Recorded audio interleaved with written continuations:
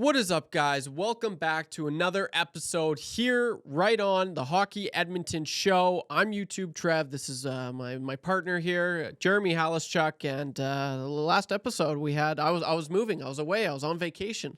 We had young Zach to come, or even he's called Zach now. So I'm just curious to start off the show. How did Zach do? Zach did very well filling in for you. He's no Trevor, but I mean, he can get there. Definitely. Yep. There's that potential, as we talk about in the coaching side. There's that potential there. Yeah, absolutely. No, he stepped in. It was good listening to Zach. So huge shout out to Zach. It's big shoes to fill as I usually ride the ship here, but Zach, you absolutely crushed it, buddy. It was good. I enjoyed listening what you had to say, and yeah, he's an absolute stud. So kudos to you, Zach. Today on the Hockey Edmonton Show, episode 11.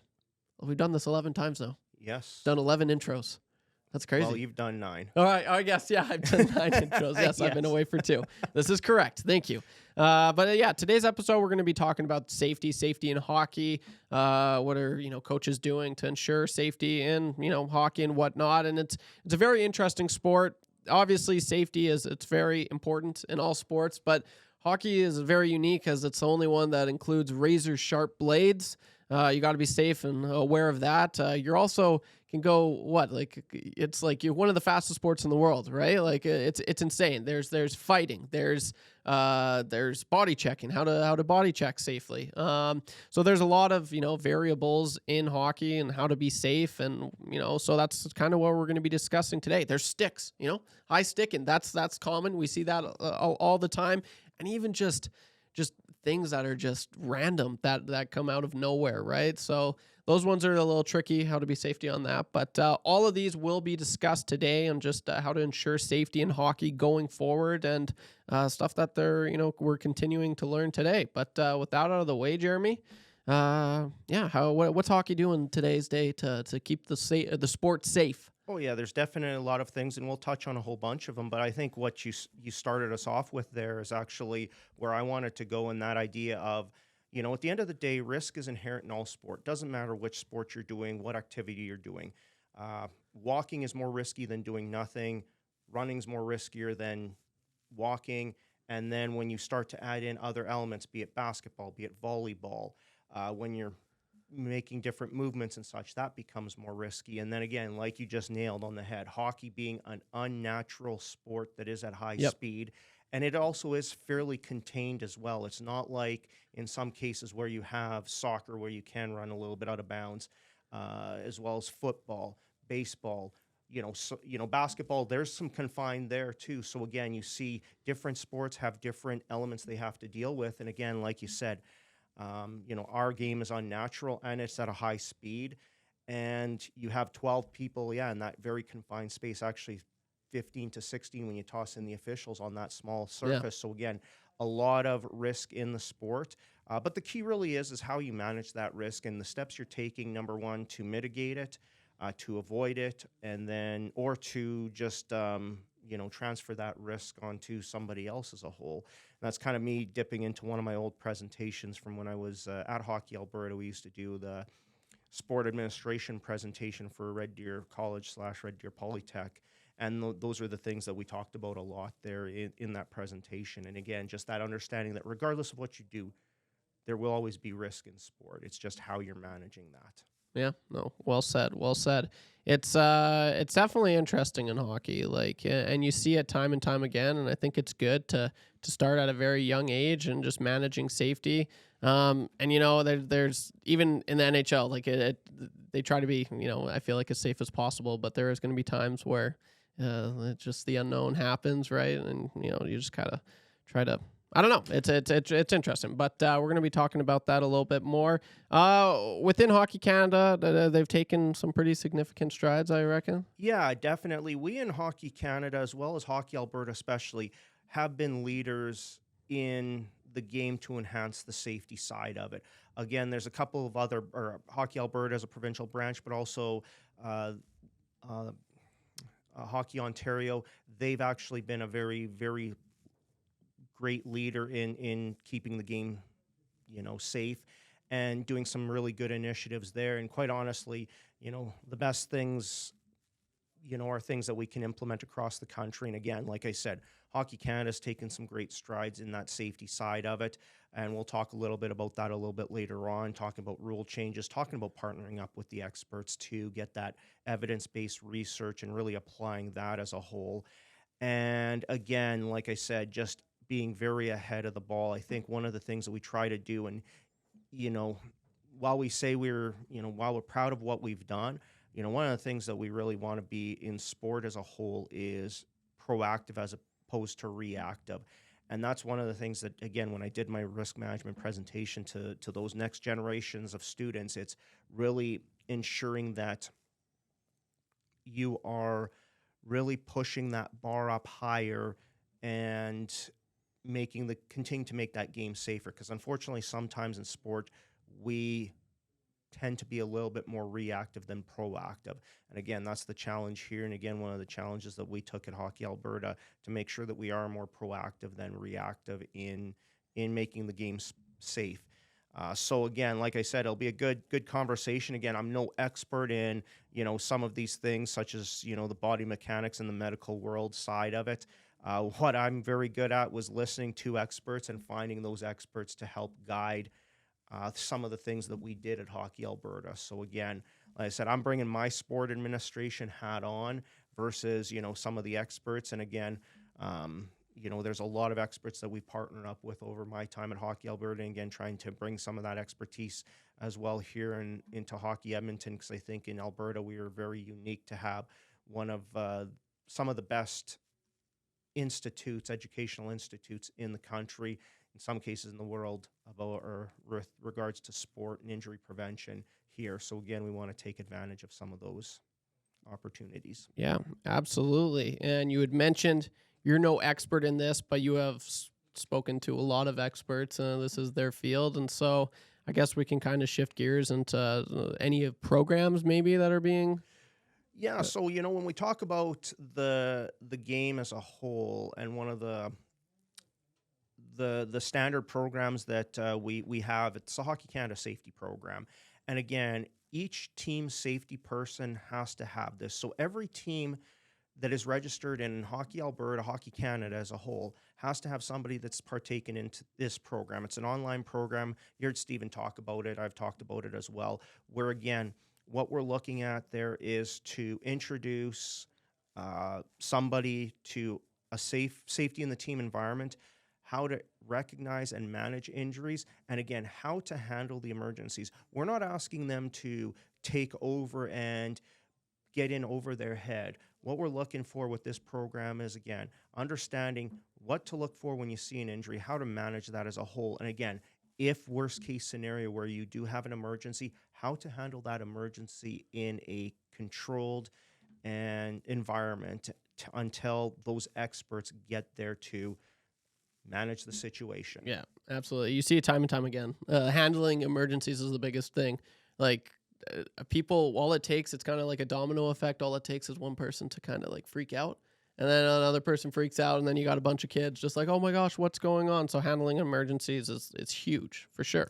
Exactly. You have the call person, the control person, Yeah. that are there to, again, control, to enact the emergency, to call for the emergency crews if need be, type of thing. So again, a lot of there's 3 people to handle those situations, while the rest of the rest of the people can look at the environment and control the environment. And that's why we tend to say that it should not be the head coach, because again, that person has a lot on their plate to begin with.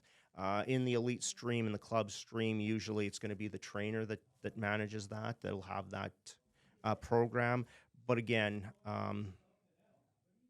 we tend not to encourage head coaches to have it, just because, again, there are some other parts of that role that we look at, and that's one of them is to act in the best interest of the player's health and safety as a whole. So what does that mean? That means that that person becomes responsible for the removal of a player when a suspected injury has occurred, as well as ensuring the players have completed those necessary steps so that they are comfortable when they return, and they can return to that pre-injury level. And you'll hear me say that a lot over the next however long we're going to be today, but you'll hear that a lot in this presentation. But like I said, that's taking that out of the coach's hands, because sometimes, unfortunately in the past we've seen it where the best interest of the player has not been put forth, and that even is coaches, parents, the player themselves. Sometimes they can be their worst enemy as a whole. And again, we'll talk a little bit about that a little bit later on here in the presentation, and being that supportive group to make sure players are recovered properly. But again, like I said, the team safety person, that's one of their roles, is to make sure that, we're going through the steps. We are removing when we see people, and we are handling those emergencies in an appropriate manner. This is the Hockey Edmonton Show. I'm YouTube Trev. This is Jeremy Haluschak, and today we're talking about safety in hockey. If you're just tuning in now, as always, feel free to leave a like, drop a comment down below, because we read every single one. And thanks for tuning in this fine Saturday morning. You were just talking about team safety person, and I just want to clarify. So you said each team has a representative, a team safety person. Yep, exactly. To be a registered team within Hockey Alberta, Hockey Canada, Hockey Edmonton, whichever minor hockey association you're with, you have to have somebody that has taken this course. Has to be done every few years. Again, making sure that we are keeping up to date with some of the best practices and such. But again, every team has to have this person in place, and they are expected to be there for games and practices. That's awesome. That's really, really huge. And I love that it's kind of like a branch. There's safety and team environment, there's injury recognition, and that's usually the big one, but they didn't just stop there, right? The safety and team environment, and then handling the emergencies, like the team environment, that's also big. So we're talking about the team safety person. Are there any tools in place for said person? Yeah, definitely. And this is one of the things that we're really proud of, at least I'm proud of during my time here at Hockey Alberta, or during my time at Hockey Alberta, was some of the tools that we did put in place for this role. Because again, we want to make sure that, okay, yes, you took this course, but what else can we do to improve and enhance your skills? And hopefully in the new year, during the Team Alberta program, we'll bring in one of the other really big leaders in our game, safety-wise in the province, and that was Dave Campbell. And again, like I said, he's a very passionate person about safety in the game, and you could do a whole episode on him just chatting and talking about these things. But I think first and foremost, we talked about the clear roles. So again, understanding the role of this person is to act in the best interest of the player, unbiased, and given that complete authority to do so. So that means removing a player if there's a suspected injury, preventing them from getting back on the ice if they haven't completed the appropriate steps to come back. Again, we'll talk about some of those a little bit later on here. So again, what those responsibilities are, and how to manage those situations. Also, the code of ethics as well, again, for those people to understand what their role and responsibility is, and how to act in the appropriate and ethical manner. Because again, understand that, I understand that, parents, kids want to get their kids on the game. The kids want to get back on the game, but there are times where we need to make sure that they have recovered appropriately.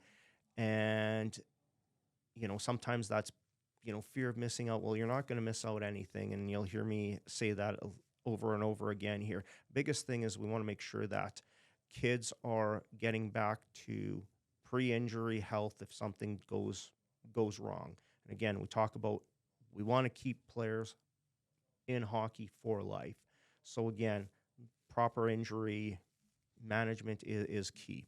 Obviously, the Respect in Sport Activity Leader Program, again, the expectation of all bench staff to take this, so coaches and the team safety person and trainers, that way we understand what that appropriate interaction with the athlete is. And again, goes into some of those safety-related concepts in there as well. The Hockey Canada Safety Program, again, the online course that goes through what the roles and responsibilities are. In fact, Hockey Canada even has an emergency action plan video. Basically, all you have to do is mimic and copy and document what goes on into that video, or in that video, and it'll show you the entire emergency action plan in place. And again, that is an expectation for these people in this role, is to have a good emergency action plan. So again, not wasting seconds in some cases, trying to figure out what's going on right away. You've recognized something's wrong, something that requires the activation of that plan, able to go do it right away and go seamlessly as possible. Obviously, some of the policies in place. So again, we talk about one of them that we'll go into in depth here is our concussion policy. So the Hockey Canada and Hockey Alberta concussion policy is one of those that we provide that strength to those safety people to really make sure that the kids are being removed if something like a concussion happens, but also ensuring that they're going through those 6-step process. So again, really to help support them in that job that they're doing.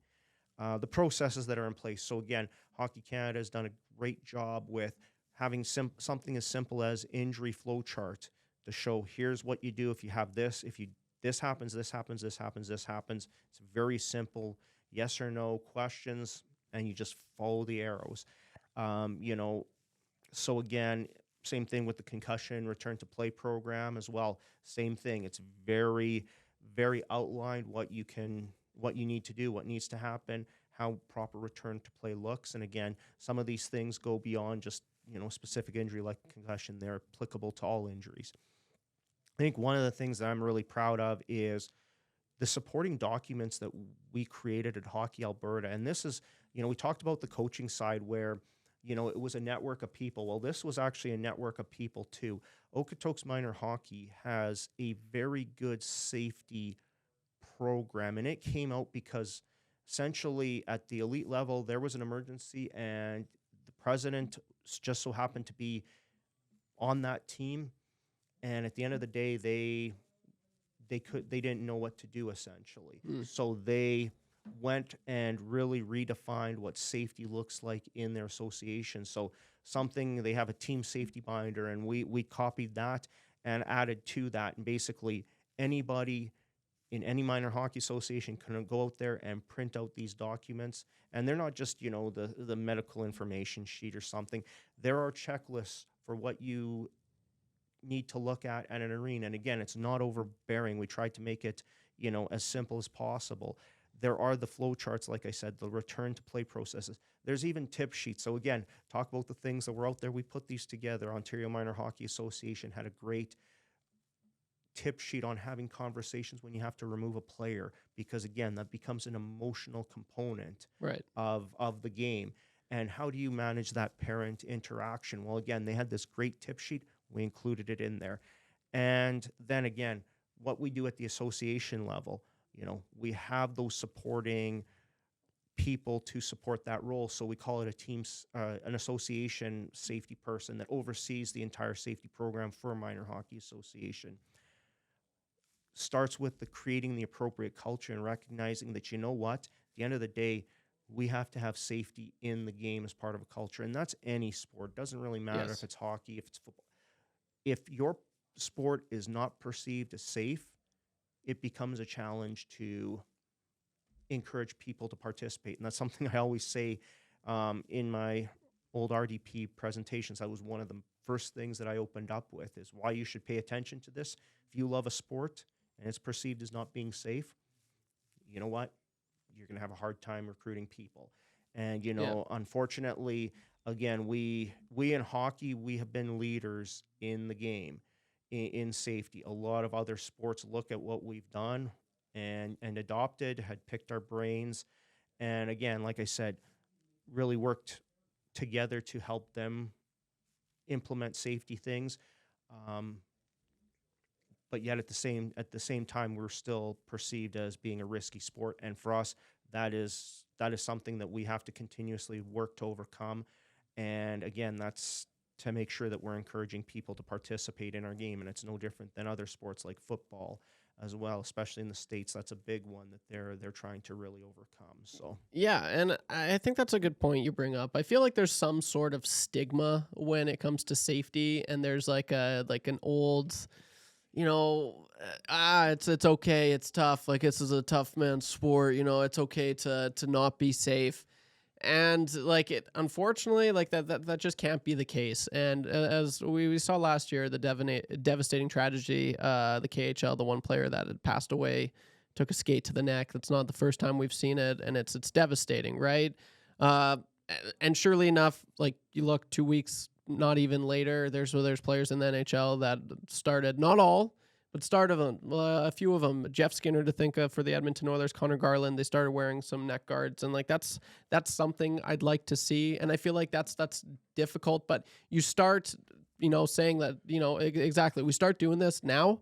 The players, once they get into the NHL, or if they get that far, they won't hesitate because, they're looking out for their safety. But I feel like right now, maybe it's because the generations, correct me if I'm wrong, but Hockey Alberta, they're taking massive steps in safety as opposed to maybe what they did 30 years ago, right? We're talking about concussions and all that. And we're gonna talk about that pretty shortly here. But I think that you're starting this now, and so when you get to the next level, you keep on going. There's not going to be that stigma, if you know what I mean. There is a little bit of traction to that. Yeah, you're definitely right. And actually, again, it's almost like you've seen some of my presentation before on safety. I didn't. I bring up that's an example that I bring up. Not so much the recently one, but everybody knows the Clinton Larchuk incident. Yes. Were famous. Yeah. So that happened in 1989. I can't remember the specific month now, but unfortunately for those in Edmonton, they know where the story is going, is that we did have a child or young player, a juvenile player, who died months later from almost not the exact same injury. Essentially, the two players were going for a puck. One was pushing off. The other gentleman, Michael Cameron, he lost his footing. It hit him in the throat. And that was really one of the massive pushes to implement neck guards. Yep. So in 1990, the Canadian Amateur Hockey Association, I think I put the acronym right, but essentially the predecessor to Hockey Canada for the amateur side of it, mandated neck guards. Yeah. So again, when we talk about sometimes that we need to really be proactive as opposed to reactive. For right? sure. And you saw that somewhat as the game has evolved as a whole. The idea of helmets. Yeah. We still went into the mid 90s with one famous Oiler who didn't wear one. He was the last one. Exactly. There you go. And then you start to see the visors come in. And one thing that was really good is compared to how long it took from the first to the end, and I think I'm thinking there still might be a few players left not wearing a visor, but the vast majority of players now are wearing wearing visors now. So again, we're kind of seeing the speed up in the implementation of some of these safety measures. So again, that's at the pro level, but just to highlight your example that you brought, that sometimes we were reactive to it. And like the example you had mentioned as well, unfortunately, with the Okotoks, like that's another example of that, right? So it's good to take these measures and try to avoid these situations before, and that's kind of what you're referring to. But we're going to be talking about concussions right away here.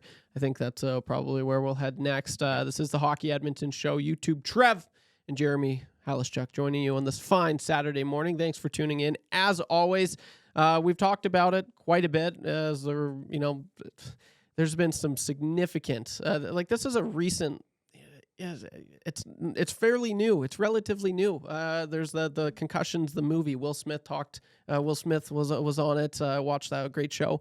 But just my upbringing, I just remember Sidney Crosby, concussions. Like that was just, it's something like we're finding a trend here. It's good to start this at an early age, and it's a scary injury and one that Jeremy's gonna touch on right now. Yeah, no, for sure, it definitely is. And again, one of the things that I love that you just hit there, it's an injury. It's the same type of injury as if I broke my leg, if I dislocated my shoulder, if I have a cut. The difference is you can't visibly see it. Yeah. Where you can visibly see all the results of those injuries. And that's one of the things that, again, talk about one of the things that Hockey Alberta did that was really, really good and recognized across the country in other, in other spheres. So again, multi-sport groups that deal with injuries was the Hockey Alberta concussion presentation. And one of the gentlemen we had was from the University of Calgary, Dr. Keith Yates. And that's what he made sure that we insisted we had in there is this is an injury that you just can't see. That's the only difference. And again, I'm not the expert in this. I've had the pleasure of working with Dr. Emery and Dr. Schneider from the University of Calgary on concussions and learning from them. And just the interactions and conversations I've had with them. So again, no expert. I've just been blessed, and Hockey Alberta has been blessed, and Hockey Canada actually has been blessed with being able to work with these experts on in this field.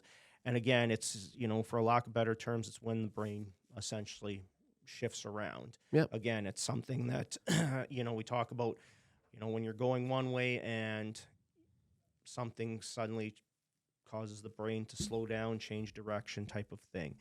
And like I said, again, what we don't see is the actual physical results.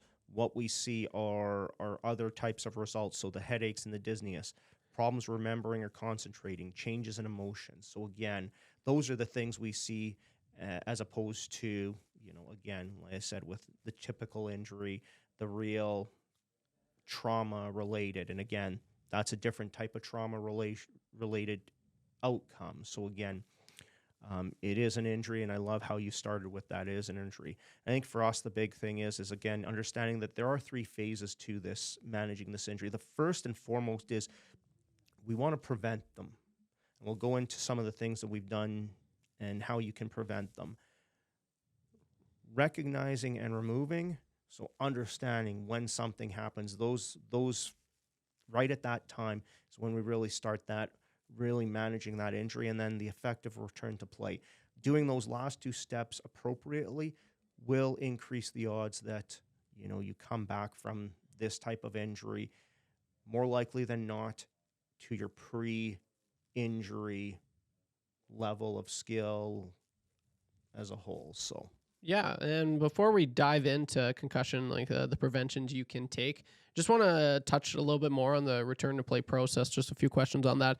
Is that for any injury, essentially? It's not just concussions. It's definitely, we'll talk about that and how you adopt that in some of the other injuries, but absolutely. Okay. Like the six steps that we're going to hear, and you're going to hear a lot in the concussion side of it. It's going to be almost like repeat. Yeah. A lot of these are overarching. They can be applied to any type of injury situation, but absolutely right. Yeah. The return to play can be applied to any injury. A little bit of tweaks here, but otherwise the return to play process is pretty standard across all injuries. For sure. Yeah. No, so that's good. We'll definitely touch on that later in the show. We're talking about concussions right now, safety overall in hockey, and how to prevent it. So I'm just curious, have you ever had a concussion?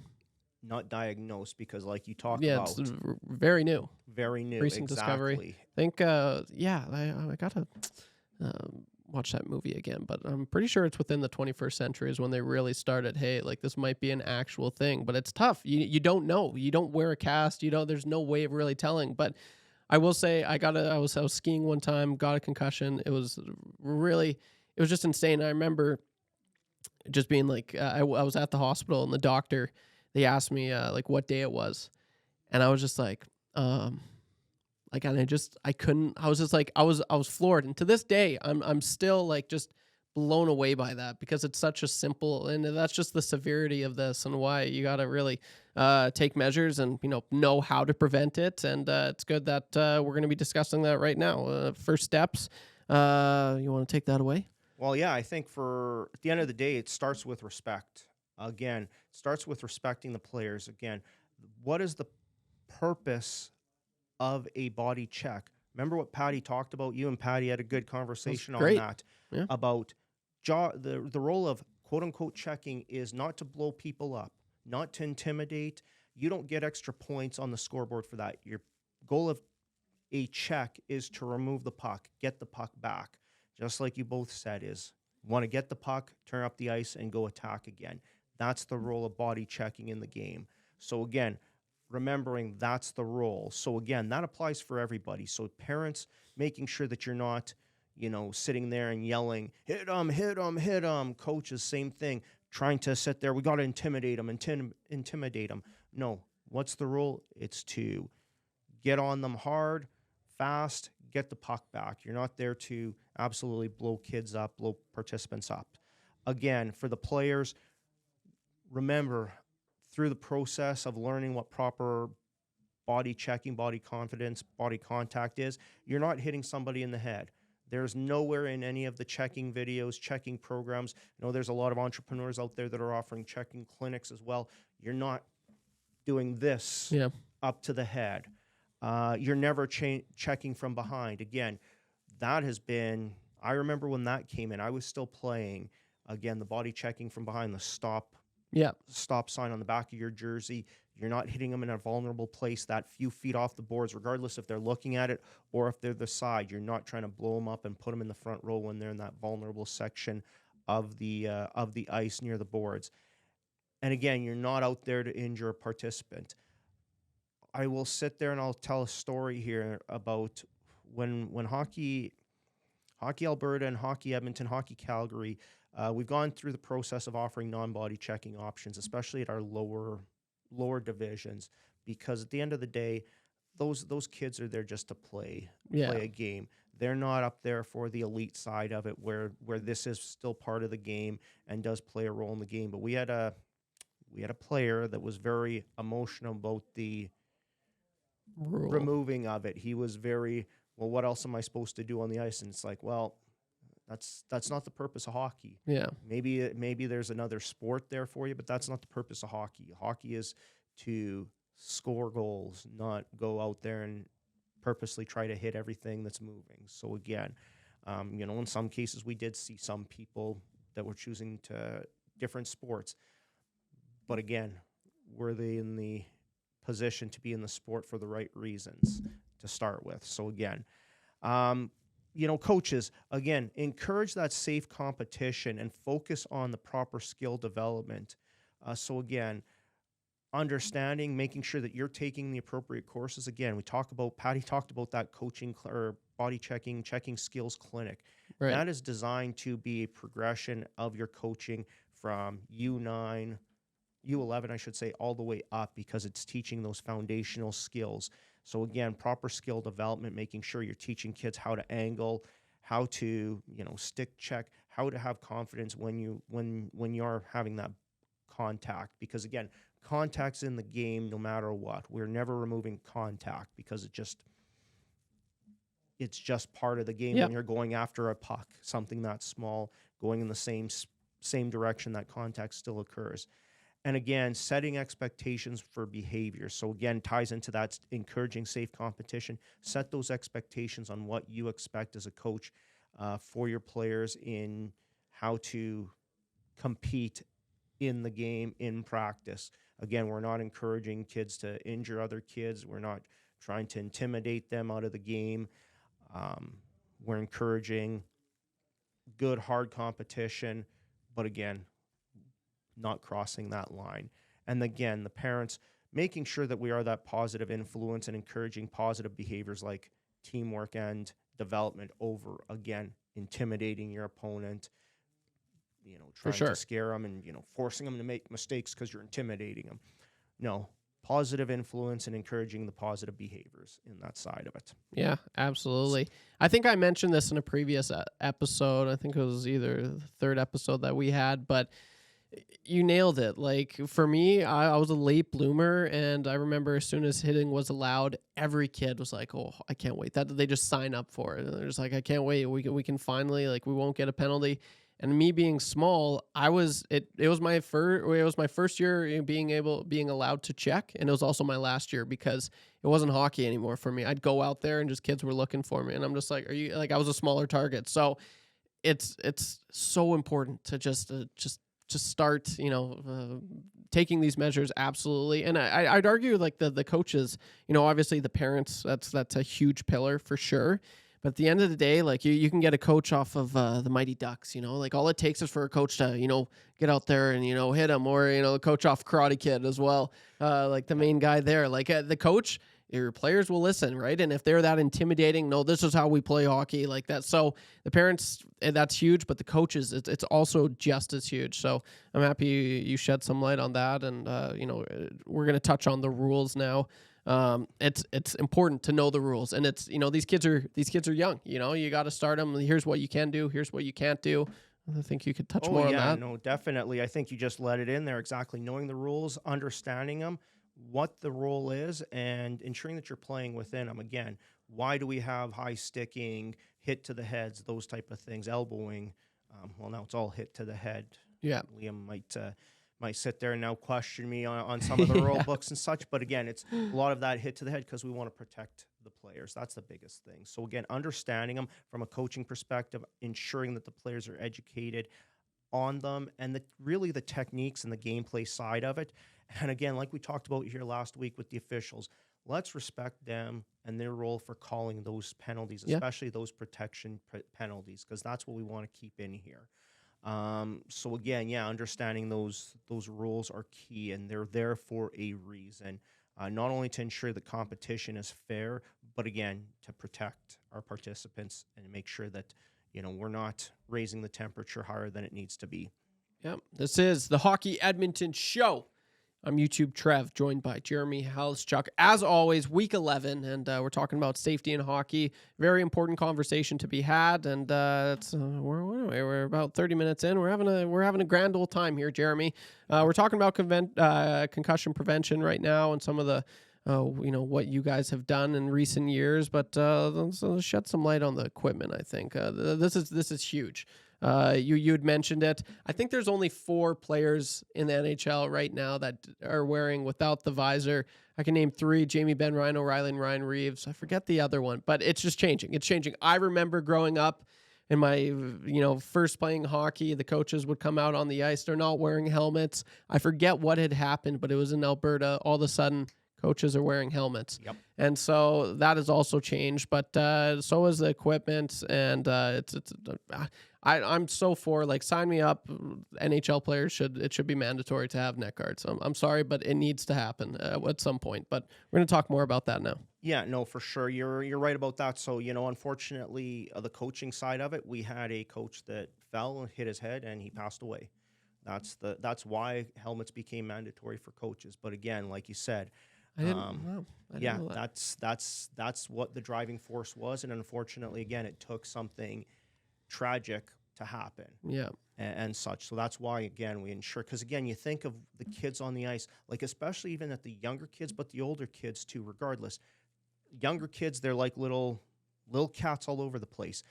Yes. They might come behind you and all of a sudden take your legs out because, again, they're just excited for the puck. They don't have the spatial awareness. At the highest levels, you have guys flying around the ice. They might just blow a tire because they've, taken a crossover, tripped over the legs, and all of a sudden, next thing you know, they're coming at you full speed, and you're about to get your legs taken out. So again, that's why that's important. But again, we want to make sure, again, equipment is properly fitted and appropriate for the purpose. So again, they're in good condition and they're fitted appropriately. Sometimes I know equipment can be expensive. There are ways to reduce those costs, but making sure that buying something that's 2 or 3 sizes too big is not one of them. Right. Again, a helmet, especially proper fitting one, cage, helmet, those go long way in helping prevent concussions because that's what they're designed to do. One of the other ones, utilize your mouth guard. We've had already studies. University of Calgary Sport Injury Prevention Institute had the joy of working with this gentleman, Ash Kolstad.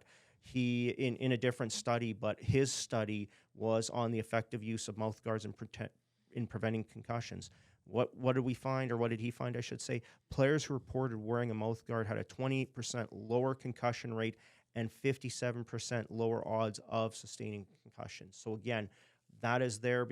That's a piece of equipment that helps because, again, it helps reduce the impact that your skull takes when you get an impact to the head. So again, something to keep in mind. And for something that's fairly, not that expensive, it's a fairly wise investment, I would say. Yeah, absolutely. And just going back to what I had said earlier, a little bit of a stigma, but like I just remember like kids, like for whatever reason, it was just it's cool to not to like, and there is that thing, and we're talking about like neck guards. Like I remember my buddy, he would refuse to wear a neck guard for whatever reason. He just didn't like it. He didn't like it. He didn't like it. So he got benched. Like it's like you gotta take like you gotta realize like these people are looking out for your well being, and so it's good that we're talking about the equipment and all the measures there, but skill development and how to, because I feel like that's one thing. All of a sudden, you're able to check. You don't really know how to. You don't know how to be safe. You don't know how to check properly. And I think that's good that we touch on that. Oh, yeah, exactly. And like we said before, you've heard us talk about this already multiple times on this show. Patty talked about it. Body checking is the final stage of Hockey Canada's 4 stages in the checking skills program. So it starts with angling and skating because, again, you need to know how to properly take those angles to deliver a good body check, what its intended purpose is. Again, we're not doing this. Yeah. That's not the intended purpose. Intended purpose is you're more efficient in getting the puck back by angling, utilizing the space on the ice to create that transition and that turnover. Skating, then you utilizing your stick, because again, we want to get the puck back first. So how are you utilizing your stick to knock the puck off the other player's stick? Then it's that idea of having that contact confidence. So getting used to bumping into people and such. And then finally, how do you deliver that appropriate body check? So again, the different techniques, ensuring that you are not doing it to injure people and taking the steps to ensure that you are reducing the likelihood that you're injuring people as a whole. So again, like I said, we want people to be confident moving on the ice, aware of their on-ice surroundings, and prepared for that inevitable contact when it does occur. Because again, contact in hockey occurs just like it does in soccer, just like it does in basketball, just like it does in football. There's contact in all of those sports. Again, making sure that we are remembering when we do initiate a body check what the purpose is for that. For sure. And it's good to have that message being sent. You mentioned the Hockey Canada Checking Skills Program. Is that mandatory? Is that for the the age groups once you're allowed to? Actually, it's even before that. Okay. So again, remember in hockey here, body checking is allowed in U15. It's U15 and above. We make it mandatory for U11, right, as the head coach to take that program. Okay. So again, the reason why is it's a progression. Yeah. So all of a sudden you're not, it used to be at U13 when body checking was there. You took the course, but again, Hockey Alberta realizing no, there's more steps that need to happen for appropriate body checking to happen.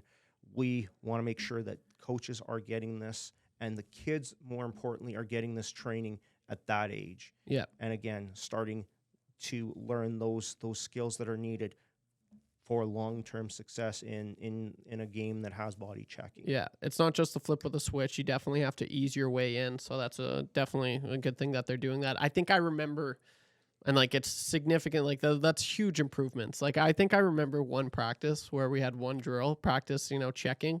And that's it. And that's okay. There you go. So it's nice that they're changing their measures for sure. This is the Hockey Edmonton Show. I'm YouTube Trev. This is Jeremy Haluschak. Thank you for joining us. Drop a comment down below. Leave a like. And thanks for clicking on this video. We really, really appreciate it. So we're talking about concussions right now. And recognize and remove. Yes, this is big. This is big. This is really big. This right up here really improves the odds of, again, you'll hear me say this, we want to get our participants back to pre-injury levels. And this is absolutely massive. And again, when we did our concussion presentations, we actually showed different ways they do happen. Like, again, we have the medical way.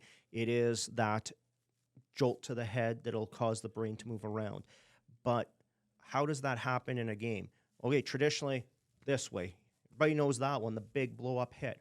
But we had 4 different video clips to show fall on the ice. Again, you're falling back on the ice. Right. And doesn't have to be backwards. It could be sideways. We've seen it happen. Actually, in the Islander game a few weeks ago, Rangers-Islanders, or whoever the Islanders, no, Sabres-Islanders. Again, I can't remember the player, but he literally, his face hit the ice first with his feet coming out. So again, we showed one from the rivalry series years ago with Canada-US. 2 players going toward the puck. One bounces off the board. Like, they're going the same direction. She hits her head off the boards, off the glass.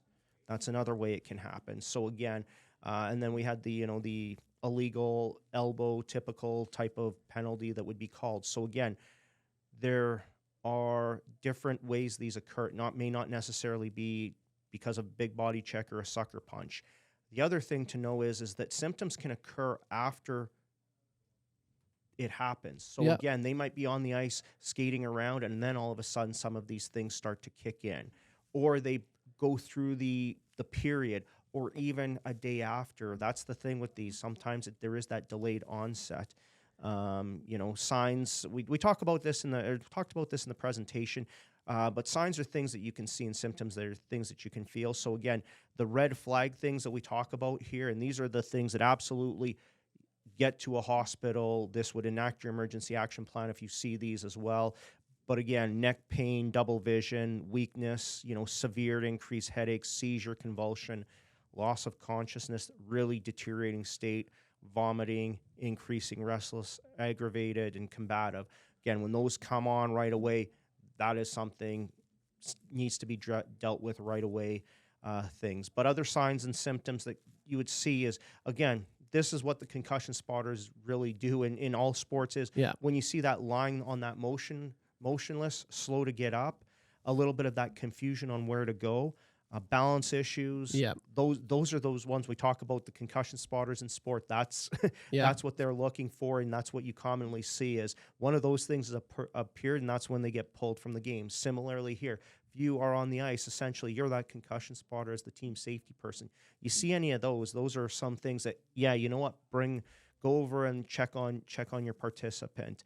Obviously the head, if there's a head injury, swelling, cut, probably want to go check on that, not only just because of that, but just check for the concussion sides of it. And we talk about those things that come on a little bit later on. There is, again, uncertainty of occurrences. You just talked about your experience with a concussion. You can ask those questions. There's a whole bunch of things we give to our team safety people in these safety binders that help, recognize and such. And again, your job is not to be the expert to go diagnose it. Your job is to recognize, hey, if any things are here, you know what, it's time to remove the person. But again, going back to asking some of those questions, what period are we in? Who scored the last goal? Those type of things. And at the end of the day, if something just doesn't feel right, sometimes we take that for granted as well. And, one of the things that we talk about with our Hockey Canada concussion policy, and at the Hockey Alberta level, we strengthen this. We say basically if there are any signs or symptoms that visibly occurred, you remove the player immediately and assume a concussion has occurred. Again, at the end of the day, better to err on the side of caution than be wrong in these situations. And the sad part is again, in other sports, whether that was assumption or just not following the steps, there have been tragic consequences. In fact, laws have been made because of this. So again, like I said, there are a lot of things, and again, in our concussion programs, you see that you have the concussion cards that help our team safety people manage that situation to recognize and remove. And again, from a parent standpoint, those are also available to view and to see, and again, what to do. And that's where we need that support as a whole, that, our team safety people, when they're removing people, they are here for the reasons, and we want to make sure that our participants can continue to play hockey long time rather than short-term sacrificing their health to get back into the game.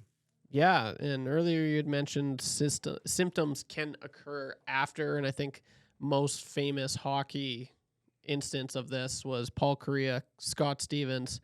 He got hit, leveled, he knocked unconscious, comes back, gets the OT winner, and when asked, like, how was it scoring that goal? Like, I remember he talked about he was inducted to the Hall of Fame a few years back, and he said, he's like, I have no memory of scoring that goal. Like, to this day, like, I watch, I'm like it's crazy. Like, it's scary. So we'd mentioned recognize and remove, and now I think we should dive into the return to play process for concussions, but not just concussions, all injuries as well. This kind of falls for most injuries, I believe.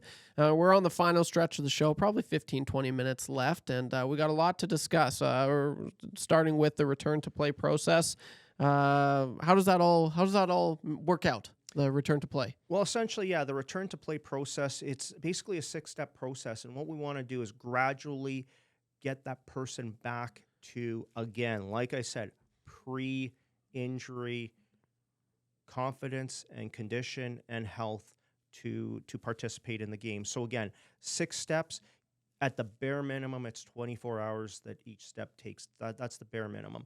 And again, some of these have changed already. We talk about evolution and such. Back when it first came out, when the Berlin consensus is all, the concussion consensus is, sorry, I shouldn't say the Berlin because it's based off of different cities where they host the consensus. But when they started these concussion consensus, it was that dark room, recover, that stimuli is really bad for you.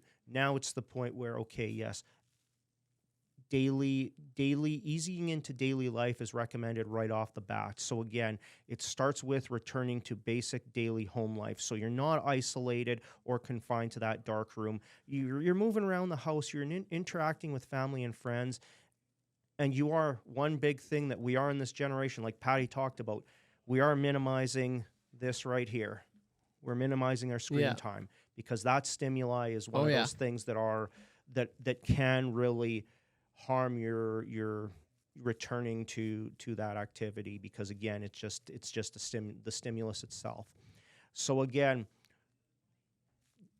once you've done that, then we're returning to lighter moderate physical activity. So again, walking, stationary cycles, doing stuff at a slow to medium pace, because you want to gradually increase the activity. You should be breathing heavy, but not to the point you can't talk comfortably. So again, as you're seeing, these are gradual steps all the way up. And once you're doing that and you don't feel significant issues, then start moving to those sports-specific activities. So think of that non-contact, controlled environment, not overstimulating. Let's get back to they talk about feeling the puck in hockey, Right. I just want to get out there feeling the puck, whatever, for pregame warmups or whatever. But think of that. You're out there just feeling the puck, going through some basic motions. Again, common one you'd think as a parent is think of putting on their helmets, gloves, sticks, skates, and the tracksuit, essentially. That's what you're looking at, is if you want to have some sort of comparison there. So again, gradually increasing throughout the process here.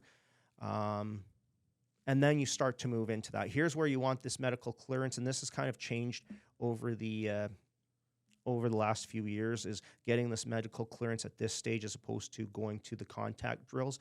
But again, start to do those training and drills. Think again, regular drills, gradually increasing the intensity and the complexity, because again, it's great. We're going hard. That's going to test some of your limits, but the complexity side as well will also help test some of those limits. But again, you're gradually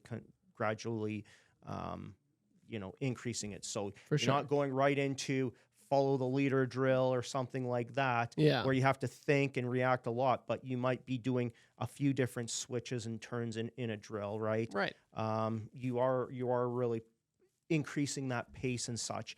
And again, when you want to think of this one as a basic term, think of that red no contact jersey. Like that's that stage there. The next stage is that full practice, returning to full practice, where you are having the contact, where you are having that higher intensity, more complexity of the drills, like the game situation types of drills. And then finally, last step, you're returning to game play. So again, we've gone through all these steps. We haven't had setbacks, and setbacks are okay. Yeah. That doesn't mean you're going all the way back to the beginning. You're going back to the step, redoing that step essentially. And one of the things that I love, how do you manage what a setback is? Because again, even in the new consensus and the new information that's put out by Parachute Canada, who's obviously, this is their sphere of, injury prevention, reducing injuries and such, they talk about how that, it is okay to have a little bit of a small headache, a little bit of, challenges per se. But if it's, if it's bad, if it's increasing over time, just not getting better as a whole, then okay, we take a step back. But like I said, Dr. Keith Yates, he, during our concussion presentation when we were building this, he said, here's something very simple to remember. If it hurts, stop doing it. Yeah. Like, that's pretty basic. Yeah. It's okay to push yourself. Yeah. But if it hurts, stop doing it. Yeah.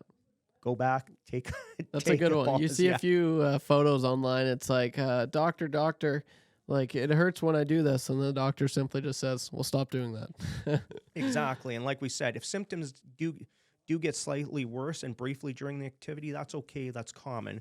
Again, if it feels worse up to an hour, that's okay. But if they're much worse or feel worse for longer than that, take a break and retry next day. Absolutely. Again, we want to be getting that participant back to the pre-injury level as best we can. Yeah. You don't want to rush into it. You got to ease your way into it. And I know that's tough for young athletes that love the sport of hockey. They're like, come on. I just want to go, right? So it's tricky, but you do this now, you'll thank the team safety person later. Like, essentially, they're looking out for your best interest. They really are, and you got to trust them. Exactly. That's absolutely it. And, again, we talk about returning to play is one thing, but also we talk about being fit to play too.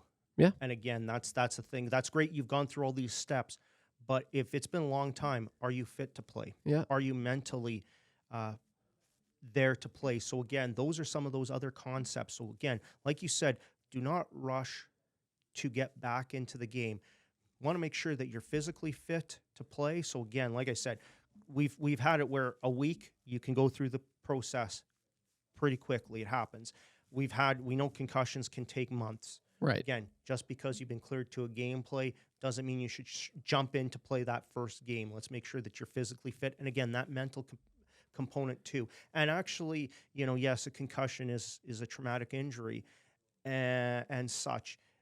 If it's short term, you might not think it, you might not have those mental blocks, but if it's a long term and it's been a rough go, you might have those mental blocks.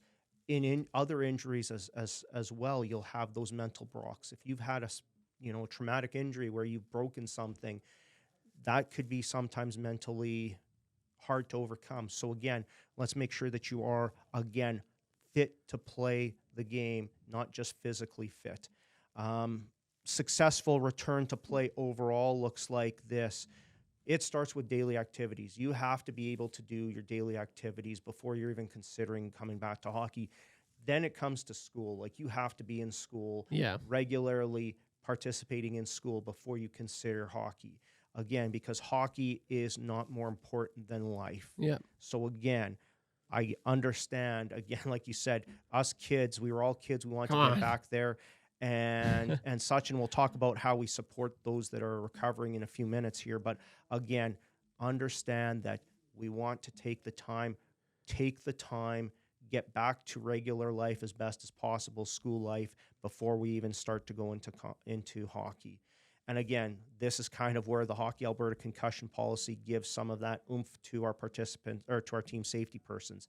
Again, we've strengthened it, saying if you suspect a concussion occurred, they must be removed and go through the 6-step process, and all 6 steps must be completed and signed off by the appropriate people. So especially at the medical clearance one, that one has to be signed off.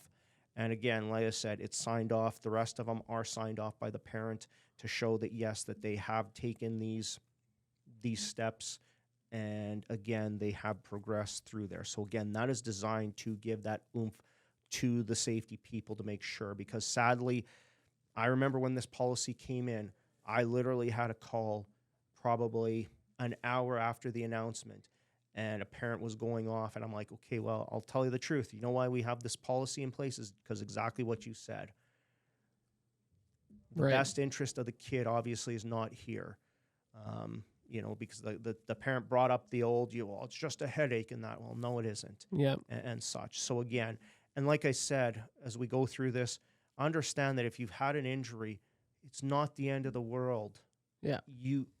You're not missing out on opportunities. Okay, yes, you might miss out on the big game, but if you're thinking big picture, because this is the common one that I've heard, well, they're going to miss out, whatever, if scouts at the high level or whatever. No, they already know who your kid is if you're good enough. Scouts don't just come out and watch one game and all of a sudden, this is on my radar here. No, they have a body of work. So they know who your kids are, who the ones they are interested in. So you're not going to miss that opportunity out there. I had it in minor hockey week where a kid, he rolled his ankle in the second game, before the second game, he was in another sport. He wanted to come back. I'm like, what good are you going to be hobbling around on the ice? I would rather have you come play meaningfully in the most important game in the finals, which we were in at the end of the day, than hobbling around for 2 games and still not being impactful in the biggest game that I need you to be impactful in. Absolutely. Yeah, you got to think big picture for sure. And just curious on this quickly before we go to our final thoughts and wrap up the show here. You had mentioned, this is the concussions return to play process. Is the team safety person involved in this? Just some clarification. Yes. You might have touched on this earlier, or was that more so just handling the emergency? But the team safety person has a play in this as well, right? Yes, they're the ones who do the removal of the participant, so recognize and remove, and also making sure that the participant has completed the 6 steps. Okay, awesome. So yes, they definitely are. So a few other things, got a few other things here, but how do we support our players? I think that's the biggest thing, and this is one of the we talked about this in our presentation as well because it's really important. Why would kids rush back from an injury?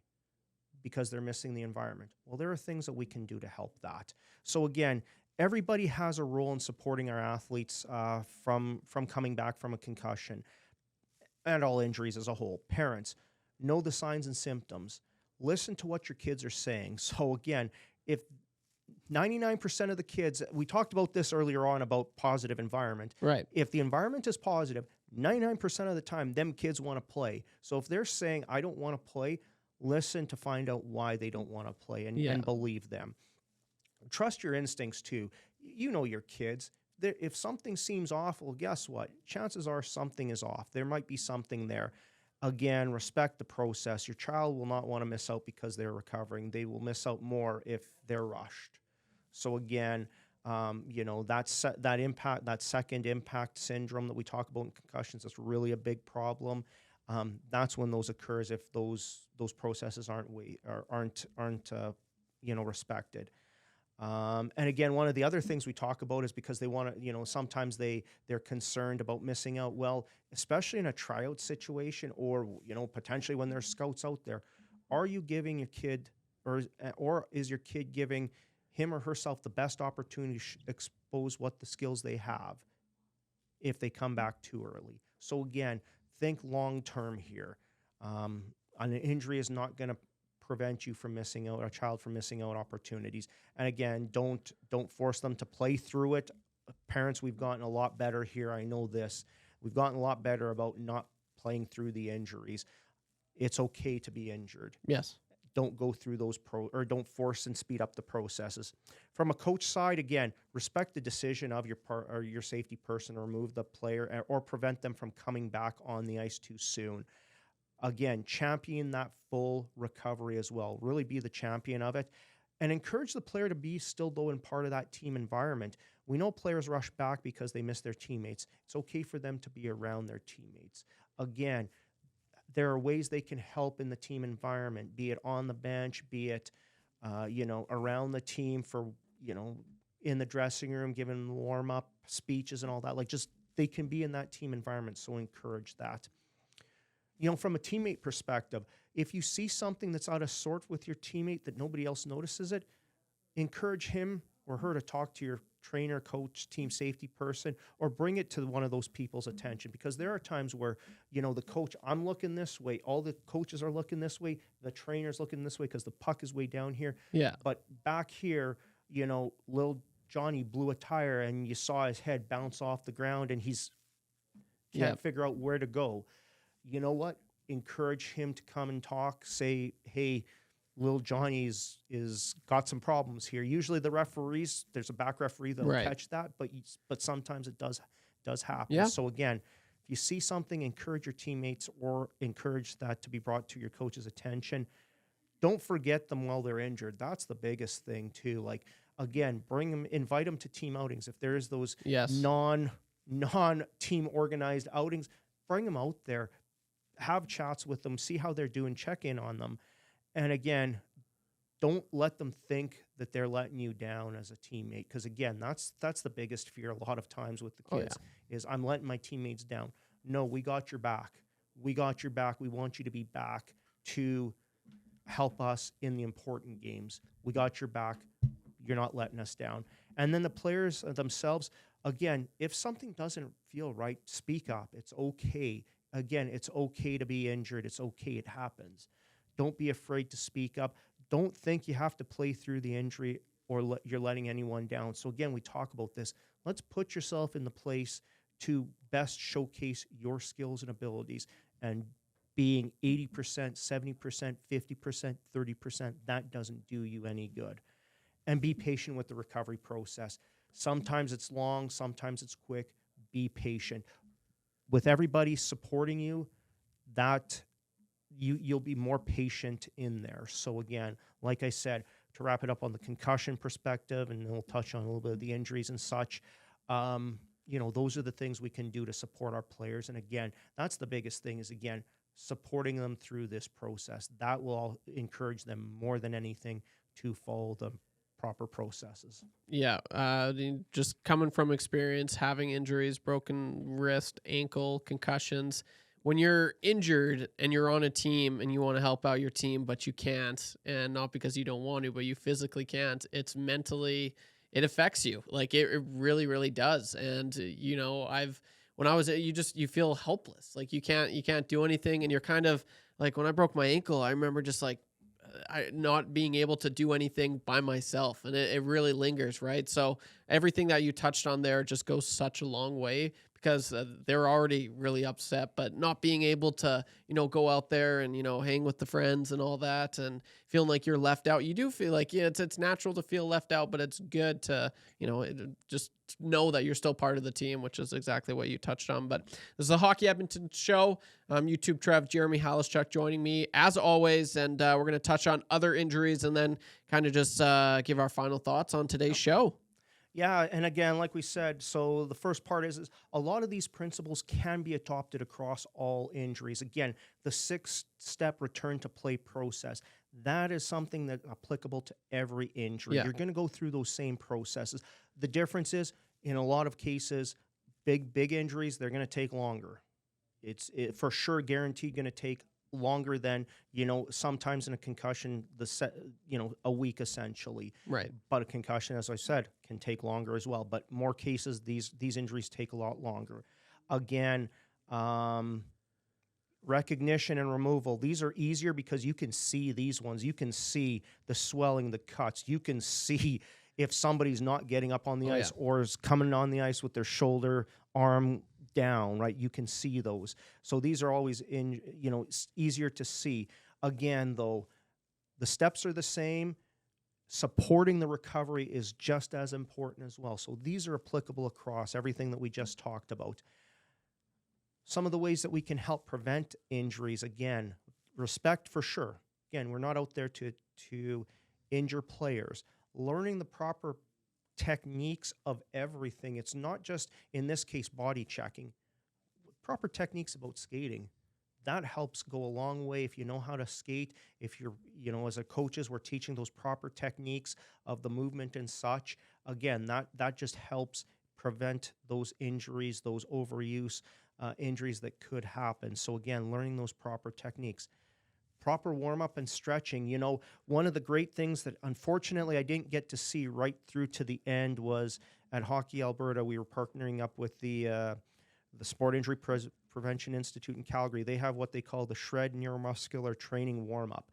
And we had just started working with them on the hockey component of it, and they've already now put out the hockey component of it. This is a great warm-up to do. So again, as always, if you've gone to the Play Hockey Edmonton website where we have our episodes, I include all these links. There will be a link there. Perfect. This is a great program. Love the program. And the best part when he's talking with Steven, because we were going to implement this at the coach level clinics, is it also encourages spatial awareness, which we don't sometimes do enough of. So again, great program. Being a multi-sport athlete, I think over the next few episodes, or there's going to be multi episodes that we're going to do this. We need Will Frazier sitting there, just like his headline, just like his "Turn Your Headlight On" spiel. Oh gosh, we need a multi-sport athlete sound clip, and every time we talk about this, we hit that so you can hear it. Folks, being a multi-sport athlete goes a long way in injury prevention in two ways. Number one, it prevents those overuse injuries because you're not doing the same movement over and over again. There is a prominent NHL player that's an Albertan that had double hip surgery at 18 years old. Let's think about that. At 18 years old, he had double hip surgery. He is a star NHL player because he was a one-sport athlete. Yes, there are the stories of the Patrick Kanes that are, just played hockey throughout. Well, I'll tell you right now, there's more stories of people that are playing multi-sports, and it's across every sport. We talked about this early on in one of the episodes about being a multi-sport athlete and how it helped the University of Miami get around their death penalty because they recruited track stars. That's how they gave the scholarship. Santana Moss got a track scholarship, became a very good football player for him. You know the tight end stories about Antonio Gates, Tony Gonzalez, they're basketball players. Again, that is important here, and that's no different than in hockey. John Tavares, reason he's got some great hand-eye coordination, multi-sport athlete. Sidney Crosby played multi-sports, got some damn good hand-eye coordination. But also being a multi-sport athlete allows your body to move in different ways so you can react better. And if something, whether you get yourself caught in a rut or something, because you're not so, I'm not the biomechanics person. I'm sure Jeff Grishel would come in here and be able to explain this a lot more eloquently than I would, but your body can move and react to being in that situation better than if you're just focusing on the same movement over and over again. Your body is used to it. The muscles are built up to that. So again, multi-sport athlete helps prevent injuries long-term. For those that want to get to the next levels, that helps you get to the next levels. But for those that want to participate in hockey for life, it gets you that hockey sport physical activity for life. Boom. Damn right. You heard it right here. Exactly. Let's go. That's great. We need Will Frazier for that one. No, dude, that was awesome. That it's well said. But yeah, we've had Crush on the Hangout quite a bit. It just, when he talks about that, I'm just in awe listening to it. It's really fascinating stuff, but the proof's in the pudding. Like it shows, as you had mentioned, all those references there. So just wrapping up with the final thoughts now, Jeremy. At the end of the day, we want to keep players in the game for life. That's what you guys are doing here. Yeah, exactly. Every sport has risks. We have acknowledged those risks in hockey. We have not hid from them. We have acknowledged them. We've taken them on head on.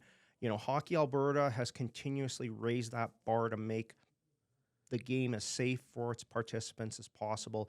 I am proud of the work that has happened there and continues to happen there. Those things include changing the rules, such as removing from body checking from U13. Hockey Canada realized the evidence says this is what we need to do. This is how we keep more people in the game and how we prevent injuries. Removing it from U13, so changing the rules. Hockey Alberta has encouraged our associations to offer non-body checking options. So Hockey Calgary and us, we have non-body checking options. A lot of other organizations around Edmonton here, because we know that this radio station doesn't stop in outside of Edmonton here. Right. A lot of our neighboring associations have non-body checking options. Why? Because we know it helps keep players in the game in the way they want. And again, like I said, it's a great option. Hockey Calgary is seeing significant growth. That's their biggest growth right now. Same with us. We've seen some significant growth in that. We've created a robust safety program with the supports necessary to be implemented easily from our volunteers. That's great. I can go out there and I gave these policies and these things and these standards, but it's only as good as people can implement them. So we took great steps and strides to provide the information to them in an easy way to access it. So again, our team safety binder, the association safety leader program. So again, team safety people have somebody they can go to at the association level that also champions that safety culture in the game. Again, we had a biannual training session. So every 2 seasons, we bring our MHA safety leaders so they can take that information and dissect it down to the team safety persons. Our concussion presentation was one of those really great programs because we heard from our people, our safety people. I want to ask questions, don't have that opportunity to do it in an online program. And again, there's a lot of online programs out there that we've encouraged people to take. But again, this was just one of those steps that help encourage that conversation piece. And again, partnering with the experts of the university, such as the University of Calgary Sport Injury Prevention Institute. I've worked a lot with a lot of the students there. They've got some great ideas. They do some great research led by Dr. Emery, Dr. Schneider. There's a lot of Dr. Eliason, sorry. A lot of great people are doing a lot of great work there. So again, partnering up with those experts, but also the Alberta Sport Injury Prevention Institute over here at the University of Alberta. Dr. Mrazek just started to work with him last year when I got into this position, because again, that relationship from the University of Calgary people, they're all doing the same thing and working together. So again, started working with those. So again, us in Alberta, we have some of the finest institutes, and that's something to be proud of. Not a lot of provinces have that.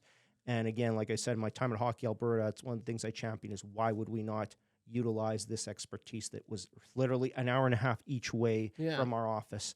And again, as Hockey Edmonton, as we evolve here, we want to build on that great work. So again, we've done a lot of changes in our organization. And when we come up to our wrap-up episode there in March, we'll talk about some of the exciting things. But this is something we really want to become at the forefront. Is again, something that I'm passionate about.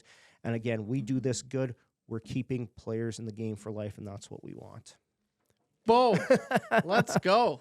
Jeremy, that was awesome. For not being an expert, you sure sound like one today. That was great, man. Great stuff. Thank you very much. No, thank you very much. Good conversation. And the perspective you brought, because again, here's a story of a person that has gone through a lot of this. Again, injuries and both concussions and significant injuries. So again, hearing your story just again adds to what we're trying to say here. And again, like I said, our goal is not to prevent your kid from reaching his or her potential. It's to make sure that they're in the best opportunity to do so. Absolutely. And you guys are making, that was amazing. The steps that you guys are taking, it's honestly, it's really, really good stuff, man. So you absolutely brought it today. As always, man, that was great. It was a great conversation. This is the Hockey Edmonton Show. I'm YouTube Trev. That pretty well wraps up week 11. That was a good show. I really appreciate this, Jeremy. So thanks for tuning in. As always, guys, we really appreciate the support. You guys are absolutely crushing it. Feel free to leave a like, drop a comment down below, and we'll see you in the next one. Jeremy, thank you. This was great. Thank you, Trev. This was awesome. Yes. Absolutely. See you in the next one, guys. Take her easy.